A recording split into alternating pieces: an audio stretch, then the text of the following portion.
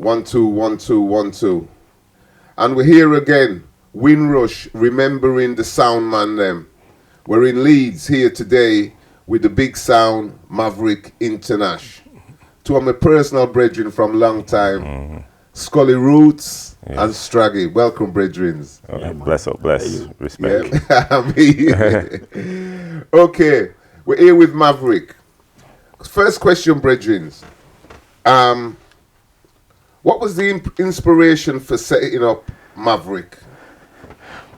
But it was an evolution thing because, you know, we grew up listening to our parents playing the usual Marcia Griffiths and Bob Andy, you know, Young Gifted and Black, you know, rest in peace, you know, and listening to the Two Sunday Maytals, you know, all the original tune what our parents had in their basket, what they brought to England. And I remember like my siblings' christenings and we having parties in the house and all them thing there. Yeah, the house parties. Yeah, man. And you know, and our fascination, we tried to get in on the act, but obviously we was too young.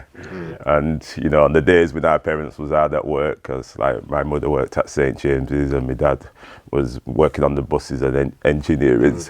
So my parents was like missing each other. My mother would would be coming from work and my dad going out to work. So in between all that, we found time to play the stereo and put on our music, and we started recording music for our own pleasure with the little tape cassettes. Okay. And with the tape cassettes, we used to go to each other's house and compete with the tape cassettes. Okay. So we grew up in Hamilton Avenue. Okay. So I used to go down Jens and Michael Cruz and compete with who's got the best music on the cassette. And then so part of that inspiration was actually competitions from cassettes. Tapes and that. What about sounds that inspired you to get involved in systems? Were there any sounds that? Well, as Skully's already mentioned, the progression and transcended to us from our parents, because they were always into music. And basically, I used to always take a chance to listen to my mum's newest 7-inch that she would get from, funnily enough, Mr. Lawrence, Tubbsy Daddy. Mr. Ambassador. Yeah, Ambassador. And they used to buy every week. And not just my mum, I mean, all the West Indian parents then would buy a 7-inch, you know, that would be their pleasure. So the fascination of, you used to hear about all these people. When my mum used to tell me about how she used to sneak out with her sister, climb down the tree in Jamaica to go listen to sound. Now, obviously, what's a sound? So she had to go into detail at what a sound was. So for me, all right, everything went hand in hand. Okay. Right, and obviously me and Skully was at the same school and was friends from God Was on the Cross, basically. Him, Michael Cruz, Philip Williams, Chinaman, decided, because Michael Cruz, he was way in advance of where he wanted to be. Yeah, he was very into setting up bands as well. Music was his life. Music is his life. And basically his dad had a little sound which we inherited. Okay. 2 little 10-inch boxes, right, called the Highlights. We named them the Highlights. They were the start of Maverick sound. Okay. Yeah. So it was mainly the valve. He had a little valve amp. And yeah. About this big. And that was the main start of the sound. So that was the beginnings of the sound. So what year was that? What year did you start up the sound? 75, 76. Yeah. 75, 76. Yeah. Okay. And the sound Maverick, how did that name come about? How did that name really come about? I don't know. Well, I'd like to think it was me personally, because me as a person, you know, I was just a free spirit. Yeah. And if you listen, what the meaning of Maverick is, it's just a wandering spirit. So Maverick is really about free spirit. Yeah, man. Yeah. Okay. When you came together, how many of you was in the sound? Or if you can't remember the number, you know. Originally, the sound was me, Philip Williams, English friend, and Michael Cruz. And Philip Williams used to live across the road from a place called Studley Grange, where we used to go as youth for a youth club. And the thing came that this building was no longer in use, and we was of an age where we wanted somewhere for ourselves, because back then everything was over 18 and we were still 15, 16. So we managed to get some money from Burton's, the big clothing company now, to fix back up this building and get some youth workers in the building. So we had a building for the community, and then we had the place to put the sound. What was the beginning of the sound, and that's where we started to build our first box. And I remember the time when we was building our first box, you had Channel 1. And my man Eric and them used to come from Birmingham. And actually came down to Studley and give us a little lesson in how to build box. You remember them? Remember that? Yeah, I actually, because I got involved in bonfire night and I was absent for that 8 months. For that 8 months, there's certain little things that I didn't see. When I met Eric and them from Jayu, from Birmingham, it was like in 77, a bit later, when they came back up to Leeds. So I didn't remember the certain little tiny little, that 8 months I was away was kind of like a big 8 months, you know, because it was like from, like I said, July 76, the hottest summer on records. I didn't come back out until the March the following year. So in that little 8 months, I missed a little thing. I missed certain little things. Okay, let's move on. And we'll talk about that a bit later. So there was, you mentioned the man them in the sound. What roles did everybody have in the sounds? You know, all sounds have different kind of roles. What roles did you have in your sound? Well, you have a development of who knew the most about a specific subject. So basically, we were all making boxes, led by Skully. Obviously led by the people that came up from JU to help us. So the basis was about what we knew and what we'd seen. So we wanted to emulate what we'd seen. When I mentioned Michael before, Michael Cruz Boozer, he was so, why I said he was advanced, even in them times he wanted to build bass bins.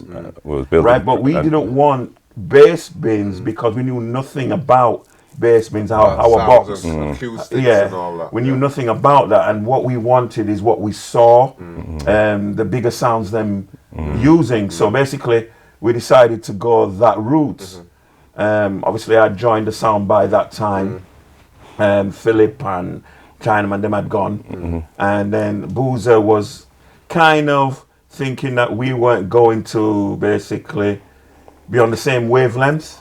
So he eased out, but not too far. Boozer was more into wanting to produce music and have bands. He was very much about that kind of because when we started building the sound, we literally was going to build the sound because Boozer, we used to go to Tandy's electric shop, and we used to buy our electric bars and our capacitors and transformers to build our own preamp, and that's where we all got really interested because I never got to build a preamp myself, but I tried, and I'm watching other sounds build a sound because we used to travel because one of the things my role was.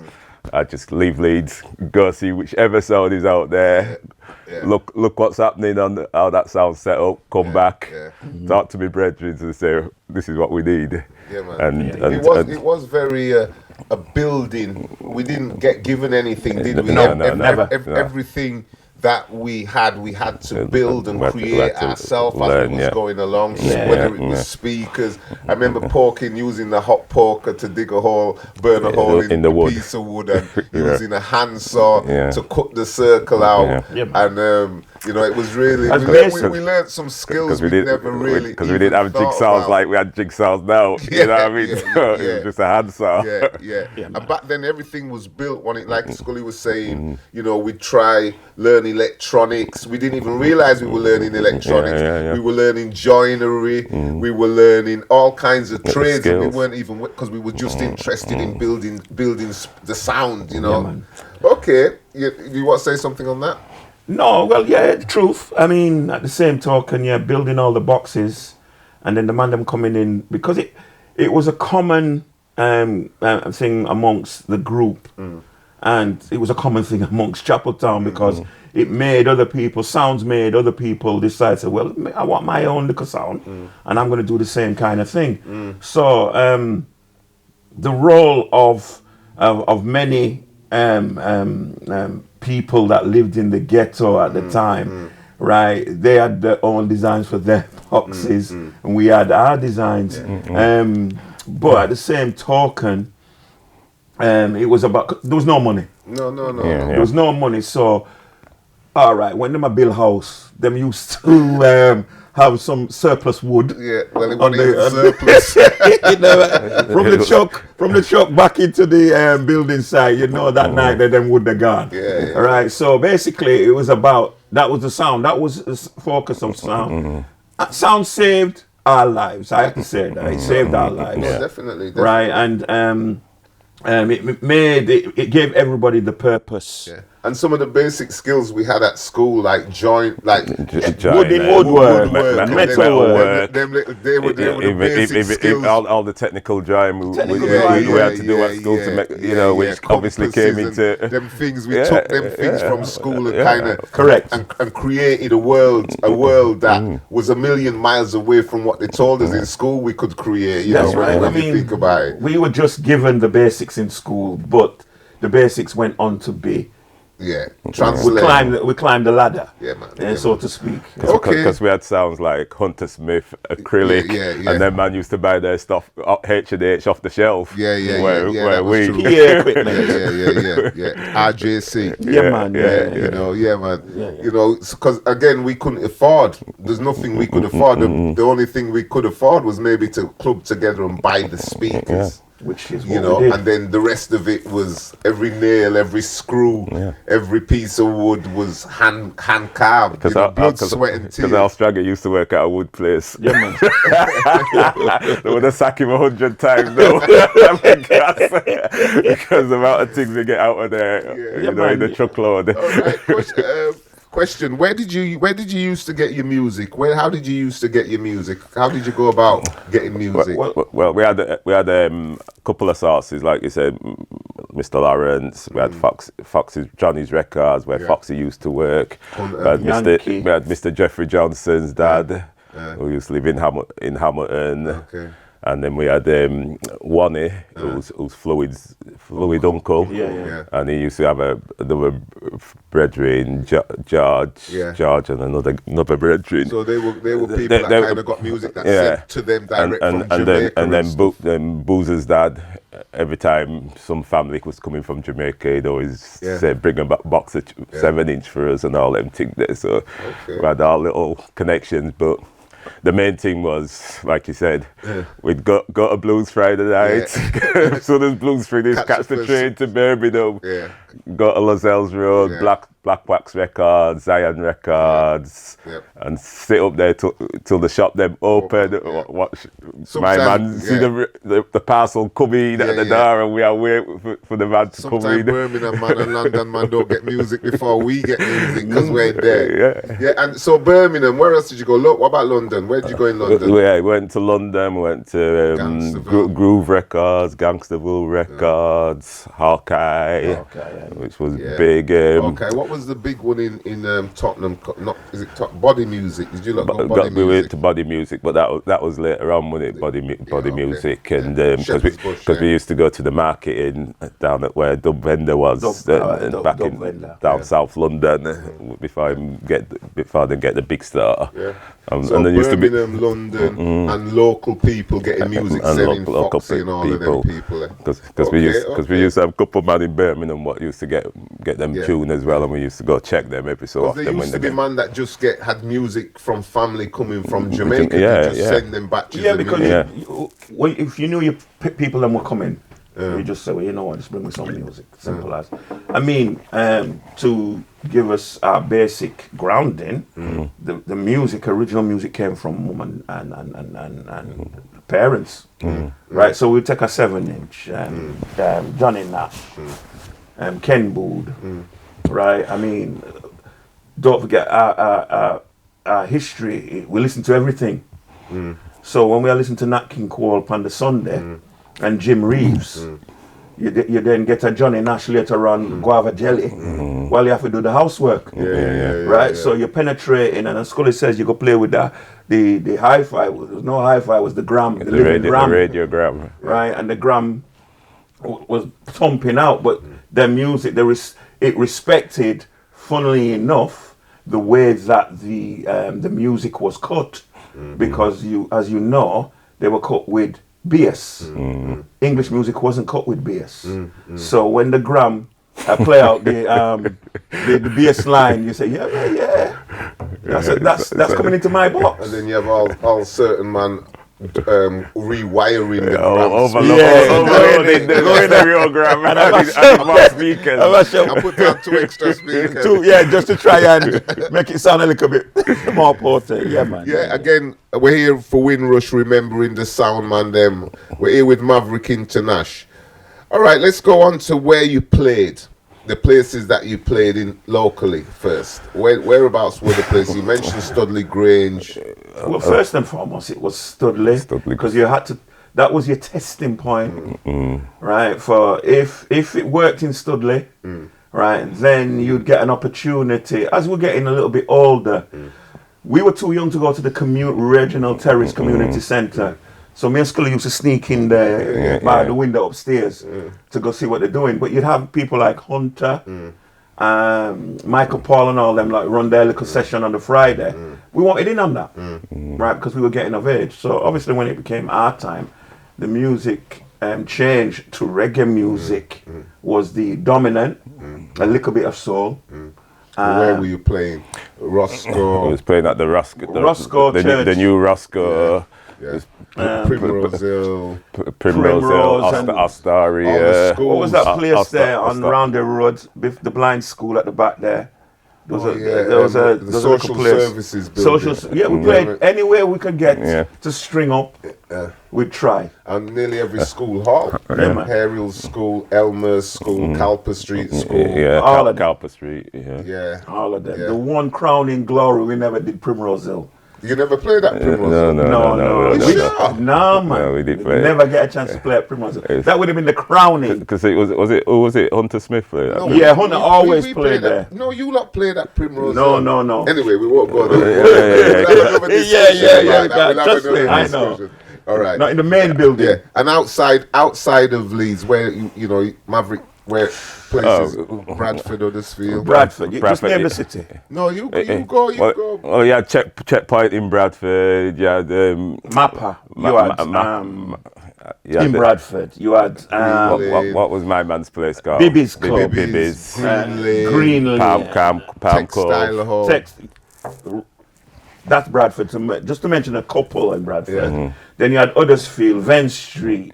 Then they had a few other clubs. We played at that big school. Deaton High School. And we played once at the what is it called? That big cricket club that they've got. Oh yeah, the cricket club. Cool. Oh yeah, the one in town. We played at the place in town as well. Yeah, man. Then we played in Sheffield, Manchester. Checkpoint in Sheffield it was, and the big blues what they used to have in Sheffield. Yeah, Donkey Man. But they had another big blues where they used to have the sound where we had Benito Star and all them. And one night. The Rank. It was the Rank. The Rank. Yeah, the bingo hall. Well, it reverts into a big Oh yeah, social. I remember that. Yeah, we played there. I remember that. And So then Sheffield, they played at Birmingham. Marcus Garvey Centre a couple times. Yeah, man. Nottingham. And then Played at Community Centre, Handsworth Park, Rialto. Night spot. Rialto Night Spot in Birmingham. yeah, man. Anywhere in London? Yeah, we played at Brixton. Community Centre. That big community centre that they did just built. We played there. That was the only venture The into only London. one, because as you mentioned in our private conversation there, London split themselves up. So it was either south, north, west, or east, and they considered themselves being London. Right? They never represented London per se. No, so the rest of the east or the south, northwest, which it never really happened here. It was a case of Leeds are Leeds. And some of the most spectacular dances towards the end you lot did were like with Saxon. Saxon and Master Blaster, which is now Love Injection. We give them a roasting like Winston, that's when Winston first bring him sound, innit? To get it. Another realisation. He brought his sound to Gatey. Played them at Gatey and we played them at Bibby's as well, Palm Cove. And I remember the Handsworth Community Centre when Coxon came with Maxi Priest. With amps. And Stephen had to come back for the amp then quickly. Stephen. Yeah, Maxi Priest was just there in the background. Coxon plenty of times, Saxon plenty of times. We introduced Saxon to Leeds, to be fair, because Saxon never really had a sound. They had the manpower and they had the semblance of music, but they had the manpower that was reinventing the thing. But obviously that's a tap for another time. And then I'll come back. So you made quite a lot of friends across the sound system world, right? Every city. Across every city. Every city that we played at. Every city. Yeah, that's what sound. That was sound. That was the community. Because create that network like a national network. People that you just met because they were in sound. As you said, we were 18, 19, 20. These men were 18, 19, 20. Right now, Mafia and Fluxy, who then came on to big producers later on, I remember when they came to sell us dub. But you're not taking them seriously at that time. They're too young, right? Obviously, if we'd heard the content, still made contact and it was still friends. Right, and as you said, when you play a sound in their city, them get to know you, and your first point of contact when they come to Leeds is you. And I'd just like to add in there, because I've got one more question. Playing at Carnival on the street became a good way of marketing, and Maverick did quite a lot of that, Because Carnival days. And I know there's a video going around from a long time. A little bit tight. Because I think 78, 79, because we was like playing a lot of blues back then, because we used to have Syndicate from Sheffield and what's the other, my man?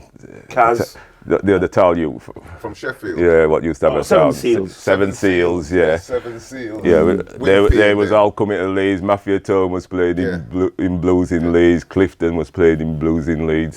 So blues was every night, every weekend we was playing blues, and a lot of them nights we was playing big dance as well, and finishing dance and going straight to blues and. That used to be the lick. That's how sound used to come to a big dance, didn't they? And one of them would go string up in the blues. Because they want, and some of them strung up in Leeds and never left Leeds for weeks and weeks. Met somebody. But anyway, thank you for that. I mean, like I said, this is the beginning of a journey. So hopefully we're going to revisit this and have some more conversation. Quick question. Did the sound have any other names? It's just something I wanted to bring up. Maverick just came from it was. I remember when there was the Prophets. Do you remember the Prophets? At the height of our fame, so to speak. We never it never changed. Okay. It just went from like Jam Maverick to Maverick Highlight. So Maverick International. It was just the end bits that It was used just to. the beginning, because that's where we was in our journey. Yeah. Because obviously back in the late 70s, it was all right, about far right, and obviously Jam Maverick was Okay. bringing that home. And then Yeah. obviously when we started playing up big sound and start getting into all the dub play and everything, and If you had one night, which would have been one of the most memorable nights for Maverick? but for me, we played a dance in Bibby's one carnival or Christmas time. Yeah. And Bibby's was an upstairs and downstairs place, and but the vibes in that place was from the minute we walk in that place to the minute we finish, because by them time it was, you know, having all the music, and it was the DJs and the DJ business So did that's sort the one for you. of take What would be take one for over. you? The one for me is the one at Original Terrace when we played Coxsone, and we were beating up Coxsone in the hall. And I was even because Coxsone was my hero, my hero. Big ass out outside. And, That's back and- of dread. yeah, man. Yeah. And he turned up, and he knew he was getting a licks. And he waited, and he brought out Don Carlos. And that destroyed me personally. from creation. Yeah, man. When him come out and Don Carlos started to sing out in the place, it don't matter how good you sound or what, man. You got the live superstar there on a man sound. Okay. That for me woke me up, boy. I think that was the last time we played. To be fair. We played them in Birmingham again. Oh yeah. When he tried to do that again with Maxi Prince, as I mentioned. Okay. But it never worked that time there. No. But Lord, yeah, man, that sticks out. We played many dance. But also Baron when we first bring And Baron. because Baron and Maverick was like the first big dance amongst us, really. You know what I mean? And Young. so and obviously the war in between Leeds and Manchester and all them things there, it was an iconic dance. So obviously Maverick, I was doing my research because I was in Manchester 24/7, and I walked the street. and then Baron was my brethren, you know. So we have an inside link, so we know what we are doing. You know, like Wizzy and them man say when them come in the dance and them listen to Maverick and them a thump out their sound, and then when the dance get full and Maverick just wind it up a bit, and we start drop some Jacob Miller and Tig on them, you know, because the tune that night was Shaky Girl.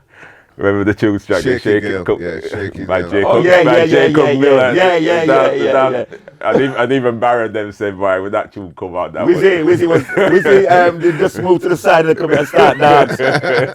A little hop, skip and jump. Yeah, man. Because it wasn't like a clash dance. It was just like a nice vibes party dance. That's the vibes we was on them days. We weren't into clashing. It was just good vibes. Okay, thank you for that. And Wizzy did talk about that, and you know that's another thing we'll do eventually. Get some of the different sounds to talk and play some music.